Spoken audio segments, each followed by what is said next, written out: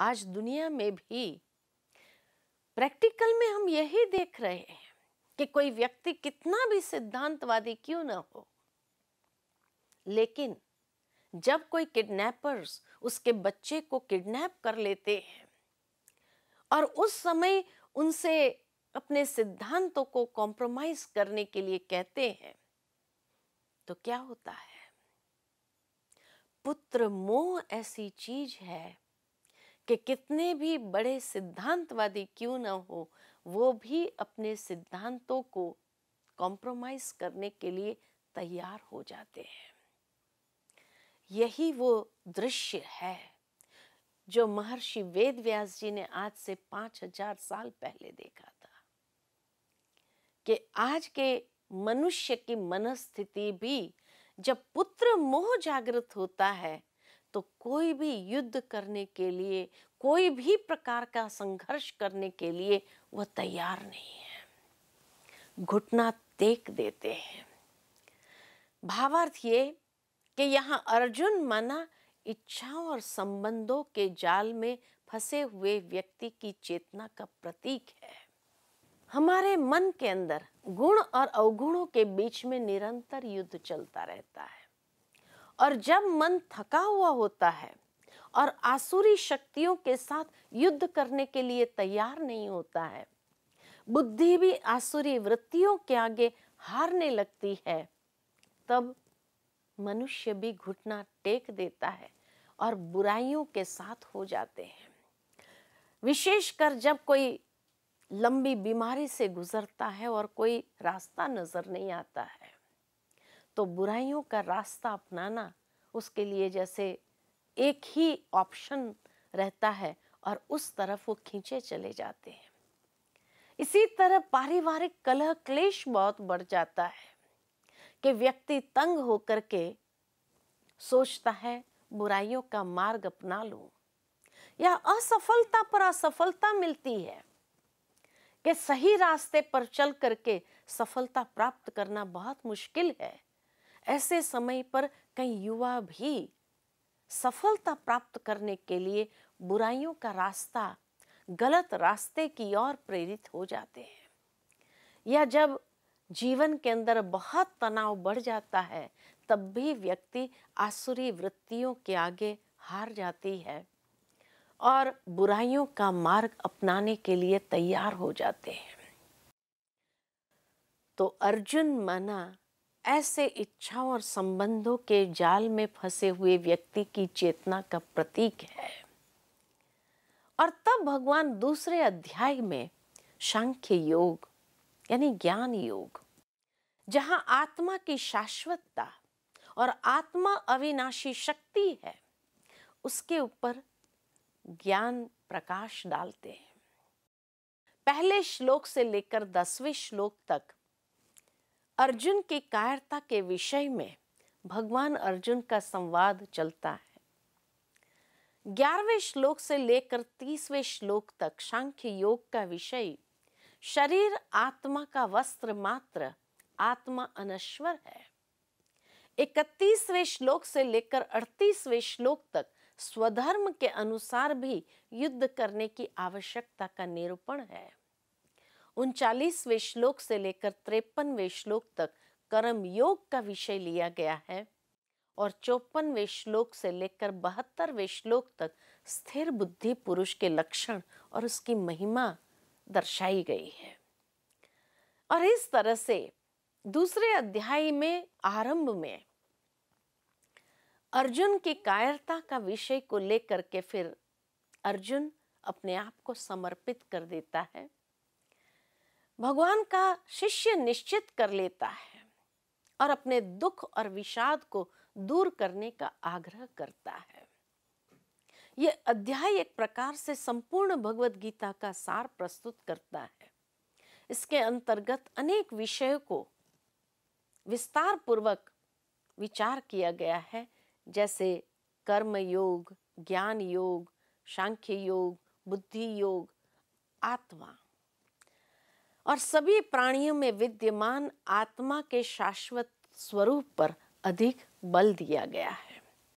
और इस तरह से थके हारे मन और निर्णय ले पाने में असमर्थ बुद्धि के कारण व्यक्ति कभी कभी विषाद में या डिप्रेशन में चला जाता है। मन को सही दिशा में ले जाने के लिए आवश्यक शक्ति का अभाव महसूस होता है। उस समय आशा की किरण तभी दिखाई पड़ती है जब मार्ग निर्देशन के लिए स्वयं ईश्वरीय बौद्धिक सत्ता रास्ता दर्शाती है। मनुष्य के मन को भ्रमित करने वाले अनेक प्रश्नों का उत्तर उसको जब मिलता है और यह सत्य ज्ञान मिलता है कि तुम आत्मा हो, देह से भिन्न आत्म सूक्ष्म शक्ति है। दूसरे अध्याय के आरंभ में ही श्री कृष्ण अर्जुन से कहता है, बहुत सुंदर बात यहाँ कही है कि हे अर्जुन, न तो ऐसा ही है कि मैं किसी काल में नहीं था, तू नहीं था, अथवा ये राजे लोग नहीं थे, और न ऐसा ही है कि इससे आगे हम सभी नहीं रहेंगे। यहां बहुत स्पष्ट श्री कृष्ण अपने पुनर्जन्म की बात कह रहे हैं कि जब ऐसा कोई काल नहीं था हे अर्जुन, जब तुम नहीं था, मैं नहीं था और ये राजे लोग नहीं थे, यानी कितने पुनर्जन्म लिए हैं हम सभी ने मिलकर के, और आगे भी लेंगे।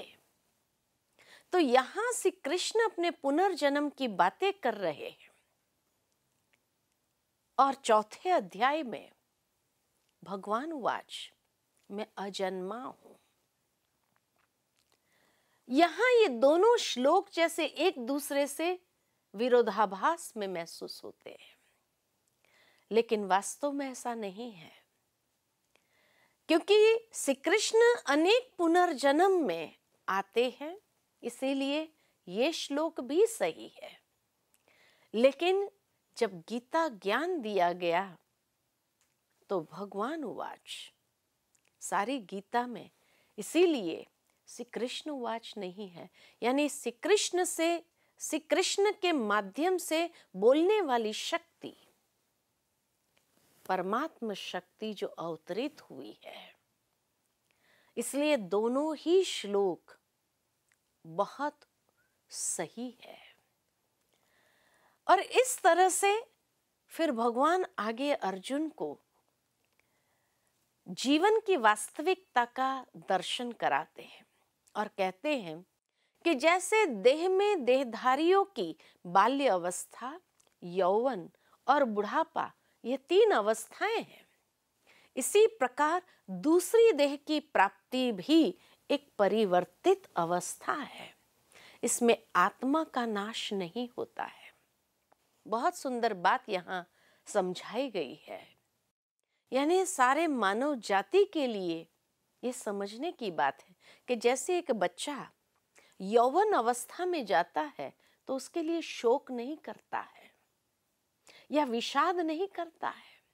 यौवन से जब बुढ़ापे की ओर जाता है तभी भी शोक नहीं करता है। जीवन की ये परिवर्तित अवस्था है। ऐसे बुढ़ापे से पुनर्जन्म लेकर के एक बचपन की स्थिति में आता है, तो इसमें आत्मा का नाश तो नहीं है। आत्मा की जर्नी तो कंटिन्यूटी में है, सिर्फ वस्त्र परिवर्तन किया। कितनी सुंदर बात यहाँ अर्जुन को समझाने का प्रयत्न भगवान कर रहे हैं, क्योंकि जो उसका मोह जागृत हो रहा था और ये बार बार उसको महसूस हो रहा था कि मैं अपने पुत्रों को खो दूंगा, अपने परिवार वालों को खो दूंगा, उसके लिए भगवान कहते हैं कि जैसे ये विभिन्न अवस्था के समय कोई शोक नहीं करता है या विषाद नहीं करता है या डिप्रेशन में नहीं जाता है, और ये खुशी से बचपन से युवा अवस्था में जाता है, खुशी से युवा से बुजुर्ग अवस्था में जाता है, क्योंकि अनुभव का खजाना उसके पास है और आत्मा में इतनी अथाह शक्ति और क्षमता है कुछ करने की, परंतु कभी कभी शरीर की शिथिलता के कारण वो कर नहीं सकता है, तो उसको नए वस्त्र की आवश्यकता होती है। और इसीलिए पुनः बचपन की स्थिति में जाकर के वो आत्मा की जो शक्ति और क्षमता है उसको उजागर करके जहाँ एक अलग कार्य स्थल उसको प्राप्त होता है, जहाँ उसको विकसित करते हुए आगे बढ़ता है। तो आत्मा की ये जर्नी जो है, ये यात्रा जो है, ये तो निरंतर चलती है। तो विषाद किस लिए? व्यक्तिगत जीवन में भी अपनों को खोने का दर्द आज हर इंसान को होता है, और उसी बात के लिए भगवान ये सुंदर बात शिक्षा के रूप में देते हैं कि जब एक यात्रा कंटिन्यूटी में है तो हम विषाद क्यों करें। आज जैसे एक बच्चे को माता पिता कहीं पढ़ने अर्थ विदेश भेजते हैं तो उस वक्त एक खुशी है ना कि मेरा बच्चा आगे बढ़ रहा है। ठीक इसी प्रकार जब दूसरी देह की प्राप्ति करता है तो उस वक्त भी कम से कम ये आत्मसंतुष्टि होनी चाहिए।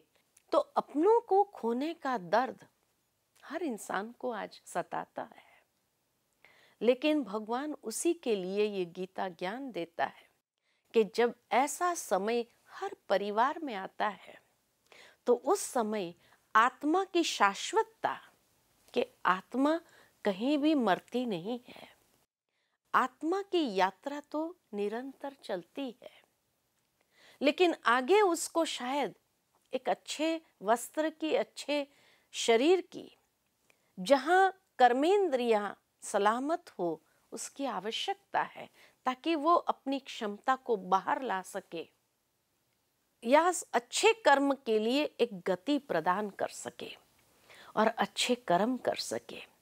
तो इसीलिए भगवान अर्जुन को कहते हैं कि तुम शोक क्यों करता है, आत्मा का नाश कहीं भी नहीं होता है।